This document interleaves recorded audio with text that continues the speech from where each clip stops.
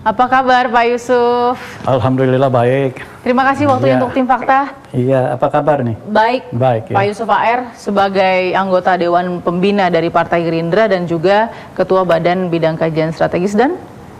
Itu saja. Itu saja, jadi Ketua Bidang Kajian Strategis luas nih, strategi apapun yang sudah dilakukan Gerindra selama ini, Pak Yusuf salah satu orang di belakangnya. Nah Pak Yusuf, pasca pidato Pak Prabowo sebagai tokoh Gerindra, Ketua Umum dan Pembina juga, ini kan banyak pro kontra. Ada yang banyak yang dukung pasca pidatonya, banyak juga yang kritik. Pedas bagus, luar biasa. Bagus ya? Welcome. Sangat baik. Sangat baik. Nah, sebenarnya pada saat pidato itu dilakukan secara internal, semua sudah paham bahwa itu akan terjadi. Jadi yang namanya Indonesia bubar 2030 kan itu satu prediksi. Satu prediksi, oke. Saat pertama, yang kedua kan itu sebetulnya sudah lama jadi diskursus di Partai Gerindra. Kenapa begitu? Karena pada tahun 76 sudah ada kajian dari salah satu think tank di US, di Amerika, Rand Corporation soal itu. Terus ya di bukunya almarhum Pak Lee Kuan Yew juga dia quote sedikit mengenai Indonesia bisa terpecah belah, itu kan bubar ya. Terus Jared Diamond juga sebut itu. Jadi sebetulnya sifatnya satu prediksi itu peringatan dan kondisional. Kalau ada kondisi A, B, C terus terjadi kayak begini, bisa bubar. Hal itu sangat mungkin terjadi di Indonesia. Karena apa? Ketidakadilan dalam pembagian hasil misalnya antara pusat dan daerah itu sering dimasalahkan. Sekarang nih ramai bicara utang, tapi banyak yang lantur juga. Banyak yang lantur? Iya, utang 29% itu nggak apa-apa. Karena semuanya udah setuju dalam Undang-Undang Nomor 17 Tahun 2003, akumulasi boleh sampai 60%. Tapi kenapa jadi rame?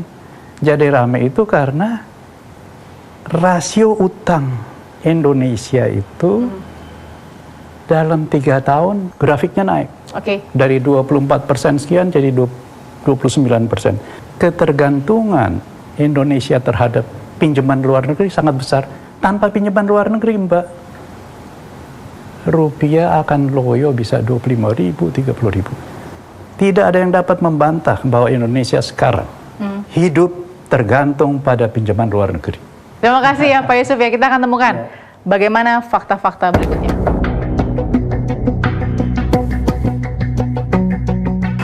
Apa kabar Bang Adian?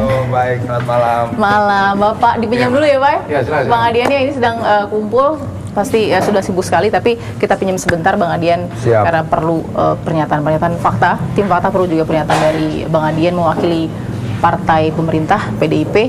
Kalau yang sedang viral saat ini, kita dengar bagaimana pidato Pak Prabowo kemarin dalam pidatonya internal, tapi go viral dan mengatakan di situ soal novel Peter W. Singer, Ghost Fleet, Indonesia akan bisa bubar 2030. Sebagai partai pemerintah dan sebagai warga masyarakat, sebagai anggota DPR, ekspresi pertama saya kaget. Kenapa kaget? Kok dia bisa percaya pada cerita fiksi? Fiksi itu kan dongeng. Dongeng itu kan konsumsi anak kecil sebenarnya. Artinya ketika Prabowo menyampaikan seperti itu, dia merendahkan sendiri kualitasnya. Menyampaikan sebuah cerita fiksi, meyakini sebuah cerita fiksi dilakukan sampai dalam sebuah pidato terbuka di hadapan ribuan kader Gerindra, itu fiksi. Pernyataan itu betul-betul merendahkan dirinya sendiri. Artinya bahwa dia harusnya menunjukkan sosok sebagai orang yang punya pengetahuan, percaya pada riset, percaya pada kajian, bukan percaya pada fiksi dan dongeng. Bang Adian khawatir tidak ketika kemudian sebuah pidato internal meskipun ya, lalu kemudian diupload ke media sosial sehingga itu viral dan menjadi milik publik, disampaikan sebuah kritik dan akhirnya ada yang pro, ada yang kontra dong, ada yang mendukung, ada yang... Enggak, yang dimaksud kritik di mana dalam pidato itu? Kan mengkritik bahwa kemudian inilah kondisi bahwa di mana bahkan sebuah novel fiksi yang pasti ada researchnya saja bagi kacamata Pak Prabowo dalam mengilhami atau berpersepsi soal novel itu, ini kan sudah dianggap Indonesia tidak menjadi tidak mempunyai taji gitu. Pak Prabowo sudah membaca novel dan menganggap bahwa dalam novel itu Peter W. Singer hanya menguatkan poros Amerika dan Cina, dan kemudian posisi Indonesia bahkan tidak disebutkan di situ, bahkan dibahasakan terbagi-bagi. Indonesia cuma disebut 7 kali dalam novel itu, dan memang kalau kita bisa lihat seluruh percakapan dalam novel itu memang fiksi. Memang fiksi. Saya sudah baca.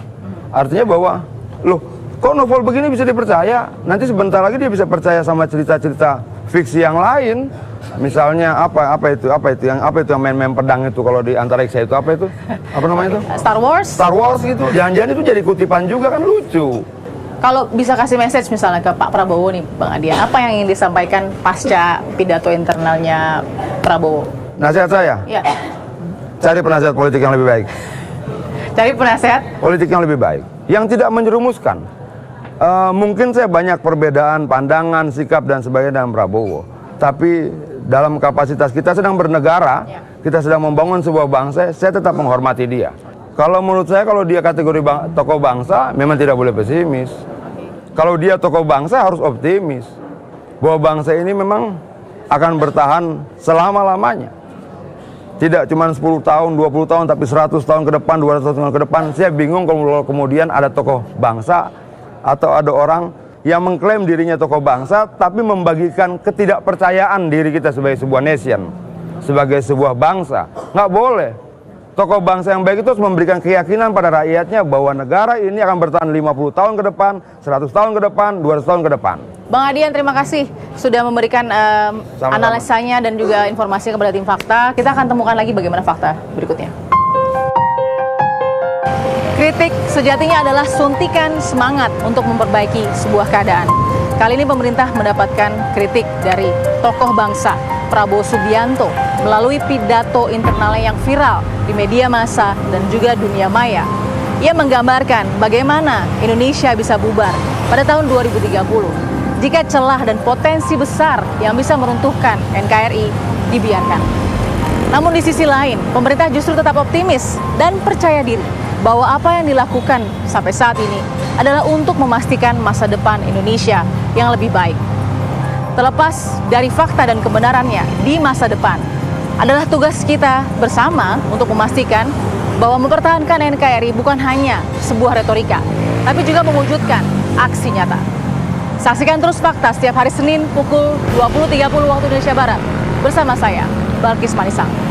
Bahwa sebagian besar kekayaan kita diambil ke luar negeri, tidak tinggal di Indonesia, tidak apa-apa. Ini yang merusak bangsa kita, saudara-saudara sekalian. Semakin pintar, semakin tinggi kedudukan, semakin curang, semakin culas, semakin maling. Tidak enak kita bicara, tapi sudah tidak ada waktu untuk kita pura-pura.